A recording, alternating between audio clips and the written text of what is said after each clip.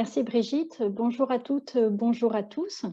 Alors, nous commençons quelques éléments généraux sur qu'est-ce que l'éducation au développement durable dans le monde scolaire. Donc, l'éducation au développement durable est présente depuis longtemps euh, à l'école. Elle s'est d'ailleurs transformée avec le temps d'une éducation à l'environnement à une éducation au développement durable. Et donc, l'idée est de voir de quoi parle-t-on aujourd'hui. Donc l'éducation au développement durable, c'est une éducation transversale, c'est-à-dire une éducation qui allie à la fois un apport de connaissances, connaissances qui viennent de l'ensemble des disciplines, qu'elles soient scientifiques, en sciences humaines, technologiques aussi, avec la mise en action des élèves à travers des projets concrets. Et donc cela implique l'existence d'une pédagogie de projet et d'une démarche de projet. C'est une éducation qui a une finalité civique.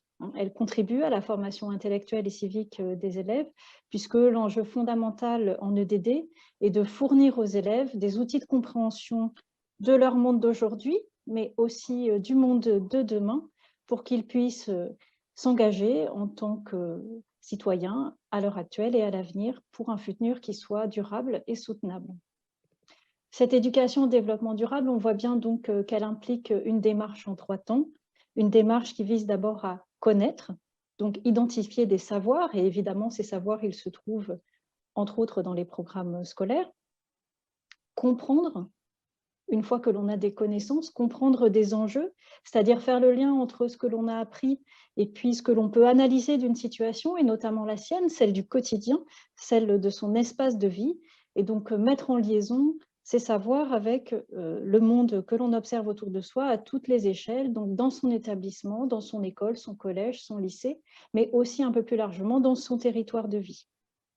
Et évidemment, tout ça vise à l'action, agir pour donner corps aux apprentissages et permettre justement d'avoir un engagement pour le monde de demain.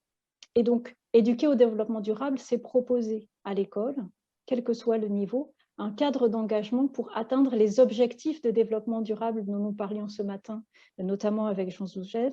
Et ce cadre est défini par 2 circulaires récentes, 2 textes de cadrage de l'éducation au développement durable que je vais laisser mes collègues présenter.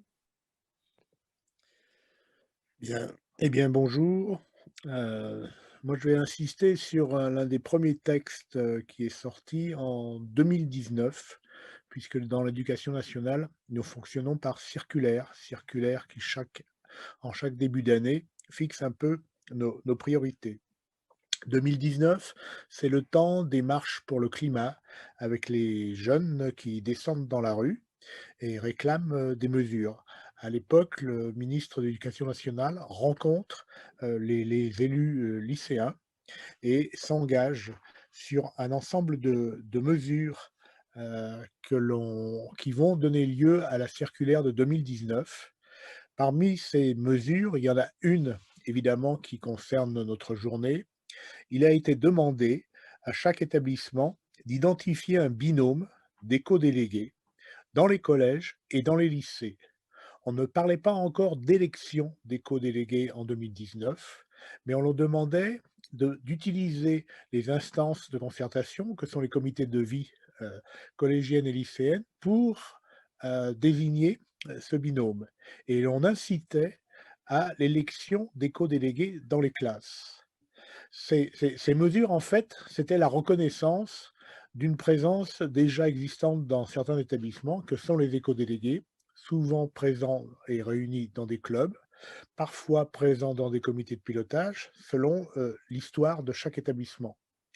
Et au-delà de cette identification des éco-délégués dans chaque établissement, il y avait l'idée que désormais, au sein du comité académique de vie lycéenne, il y aurait des lycéens représentants de cette situation et il y aurait même une séance annuelle complète qui serait, qui porterait uniquement sur les questions d'éducation et développement durable en présence des recteurs de chaque académie.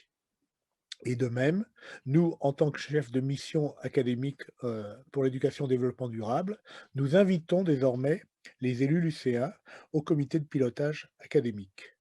Cette désignation d'éco-délégués, en fait, elle est la pointe de la volonté du ministère d'engager toutes les écoles et les établissements dans une démarche globale de développement durable, le 3D, avec comme axe à l'époque, on insistait et on continue à le faire, sur l'étude du changement climatique et de la biodiversité, et de faire en sorte que chaque école soit un lieu ouvert à des activités liées à la biodiversité.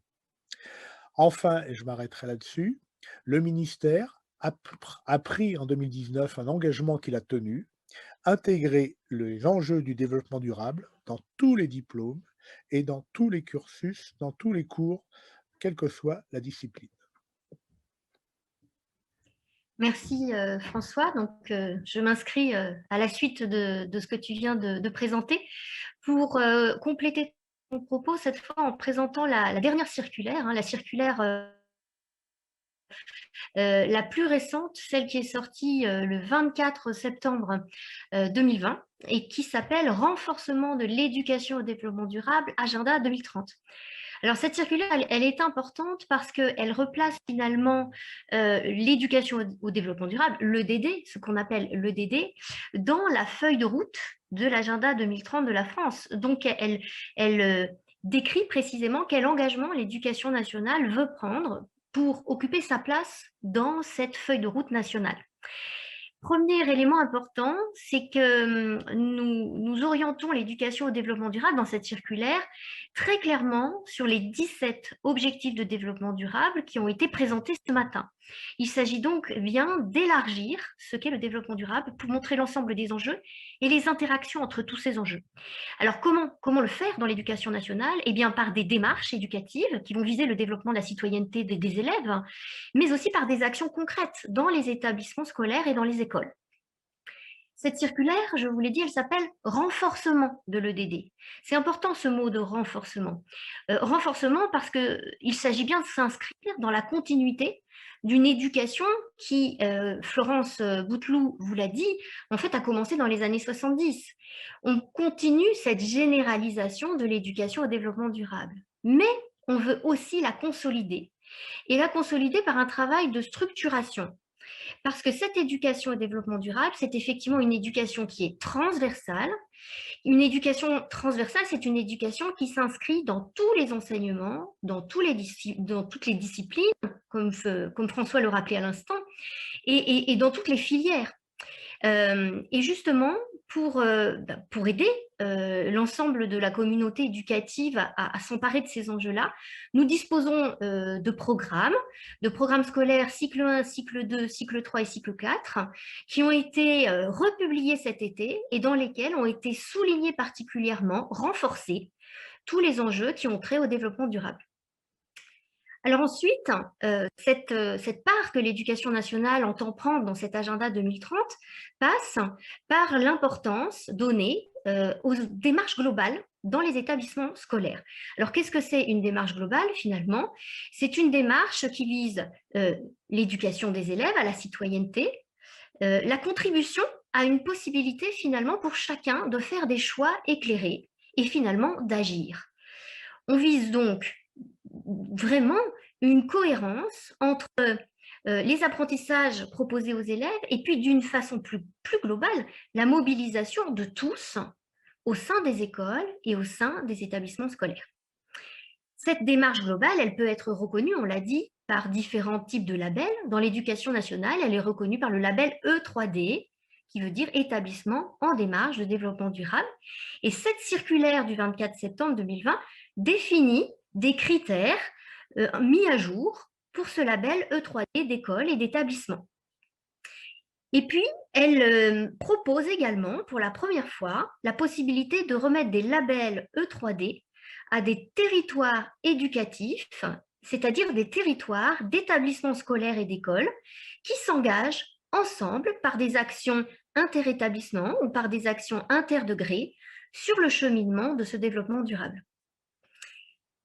Enfin, un enjeu très important de cette circulaire, évidemment, et qui nous occupe tout particulièrement aujourd'hui et cet après-midi, c'est la place que les éco-délégués occupent désormais dans cette démarche globale que nous visons au sein de l'éducation nationale. Effectivement, cette circulaire rappelle l'importance du binôme d'éco-délégués pour l'établissement, mais elle généralise désormais l'élection d'un éco-délégué dans toutes les classes, dans chaque classe, au collège et au lycée, mais aussi cette démarche d'élection d'éco-délégués de classe, elle est encouragée dans les écoles et particulièrement en CM1 et en CM2. Donc cette circulaire, elle donne toute sa place aux éco-délégués comme acteurs du changement, comme acteurs indispensables pour une démarche globale cohérente au sein des établissements.